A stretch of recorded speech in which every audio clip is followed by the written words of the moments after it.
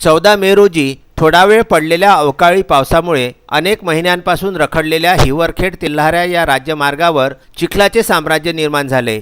त्यामुळे अनेक वाहने फसण्याचे प्रकार बघावयास मिळाले। लॉकडाऊनमुळे वाहतूक ही बऱ्याच प्रमाणात बंद असली तरी जीवनावश्यक सेवा व शेतकऱ्यांना आपले घर ते शेती गाठण्यासाठी व शेतमालाची ने-आण करण्यासाठी ये जा ही करावीच लागते। गुरुवार 14 मे रोजी दुपारी पडलेल्या थोड्याशा पावसामुळेच मुख्य रस्त्यावर चिखलच चिखल साचल्यामुळे हा राज्यमार्ग आहे की पांदन रस्ता आहे हे सुद्धा समजेनासे झाले होते। शेकडो शेतकऱ्यांच्या मोटरसायकली ह्या चिखलामध्ये अडकल्यामुळे त्यांना पायी चालणे सुद्धा कठीण झाले होते आणि शेतकऱ्यांना जीवनावश्यक सेवा पुरविणाऱ्या शक्तींना चिखलात माखलेली वाहने काढण्यासाठी तारेवरची कसरत करावी लागली। हा मार्ग अनेक महिन्यापासून रखडलेला असल्याने लॉकडाऊनच्या काळात कमी वाहतुकीच्या वेळी या रस्त्याचे काम ताबडतोब पूर्ण करण्यात यावे अशी मागणी येथील नागरिक करीत आहेत। विदर्भ न्यूज करिता तेल्हारा येथून गुरुदेव इसमोरे यांचा वृत्तांत।